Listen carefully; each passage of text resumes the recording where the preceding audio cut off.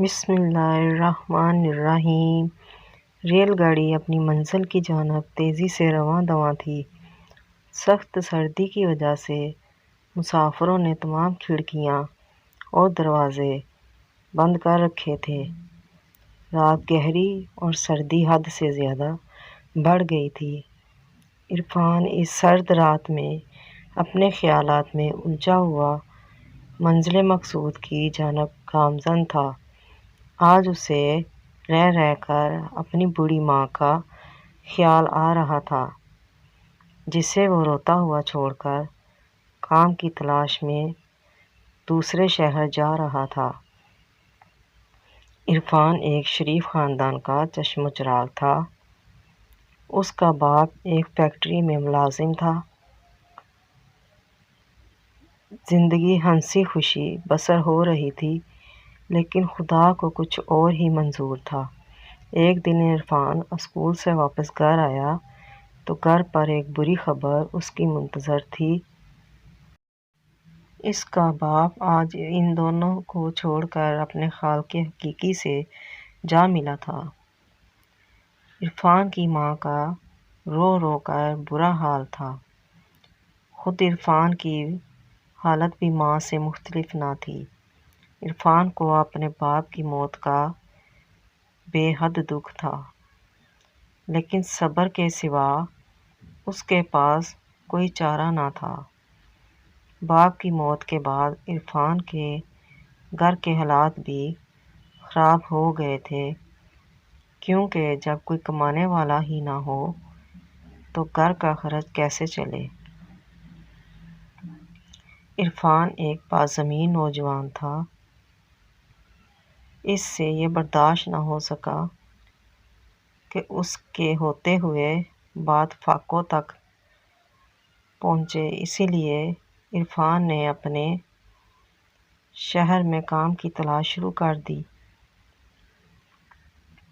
لیکن اسے ہر جگہ مایوسی کا سامنا کرنا پڑا۔ آخر تنگ آ کر اس نے اپنی ماں سے دوسرے شہر جانے کی اجازت مانگی۔ آخر کار عرفان کے اصرار پر اس کی ماں نے بڑی مشکل سے اسے اجازت دے دی، اور آج وہ اپنے مختصر سے سامان کے ساتھ دوسرے شہر جا رہا تھا۔ ٹکٹ دکھاؤ، ٹکٹ چیکر کی کرخت آواز نے اسے خیال کا تسلسل توڑ دیا۔ عرفان نے فوراً ٹکٹ چیکر کو اپنا ٹکٹ دکھایا۔ ٹکٹ چیکر نے ٹکٹ دیکھ کر عرفان کو واپس کر دیا اور آگے بڑھ گیا۔ عرفان نے گھڑی میں وقت دیکھا۔ رات کے 3 بج رہے تھے۔ کچھ دیر بعد اس کا اسٹیشن آ گیا اور عرفان اپنا سامان لے کر اسٹیشن سے اتر گیا۔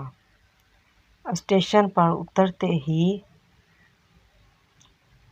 اسے ہوا کا ایک تیز جھونکا لگا،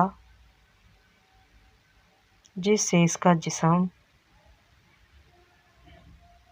کانپ کے رہ گیا۔ رات ابھی کافی باقی تھی، اسی لیے عرفان نے سوچا کہ صبح ہونے تک اسٹیشن پر ہی سویا جائے۔ ابھی وہ سونے کے لیے مناسب جگہ تلاش کر رہا تھا کہ اچانک اس کی نظر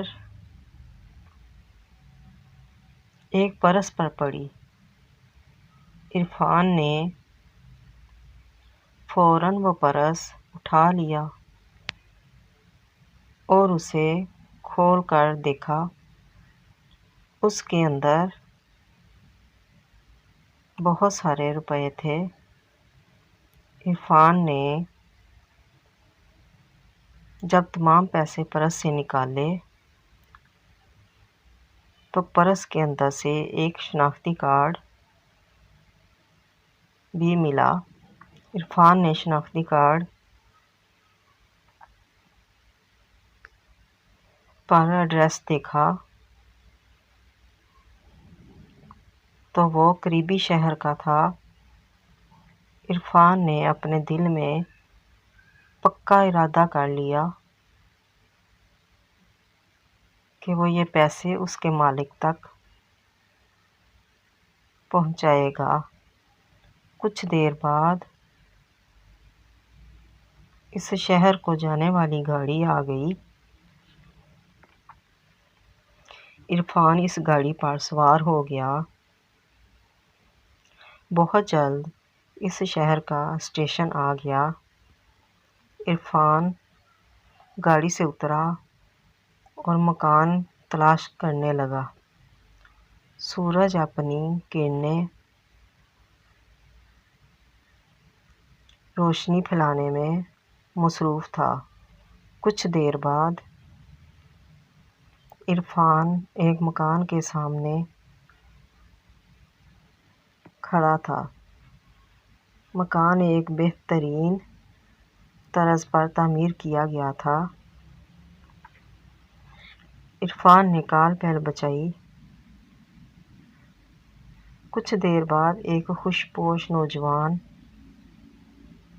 باہر نکلا۔ عرفان نے آگے بڑھ کر اس سے ہاتھ ملایا اور جیب سے شناختی کارڈ نکال کر دیکھا۔ شناختی کارڈ پر اسی شخص کی تصویر لگی ہوئی تھی۔ عرفان نے ساری صورتحال اسے بتائی اور اس کے پیسے اور شناختی کارڈ واپس کر دیا۔ وہ شخص عرفان کی ایمانداری سے بہت متاثر ہوا۔ عرفان کو اپنے ساتھ اندر لے گیا۔ اس شخص نے عرفان کی خوب خاطر مدارت کی اور دوسرے شہر آنے کی وجہ پوچھی۔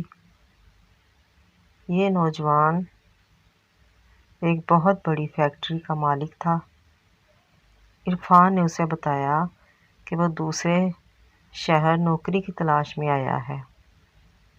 اس شخص نے عرفان کی ایمانداری کو دیکھتے ہوئے فوراً اپنی فیکٹری میں ملازم رکھ لیا۔ عرفان بھی بہت خوش ہوا کہ اسے اس کی ایمانداری کا پھل مل گیا ہے۔ اس کہانی سے ہمیں یہ سبق ملتا ہے کہ ہم پر چاہے کتنی ہی مصیبت کیوں نہ آ جائے، مصیبت سے کبھی گھبرانا نہیں چاہیے اور ہمیں ہمیشہ ایمانداری سے کام کرنا چاہیے۔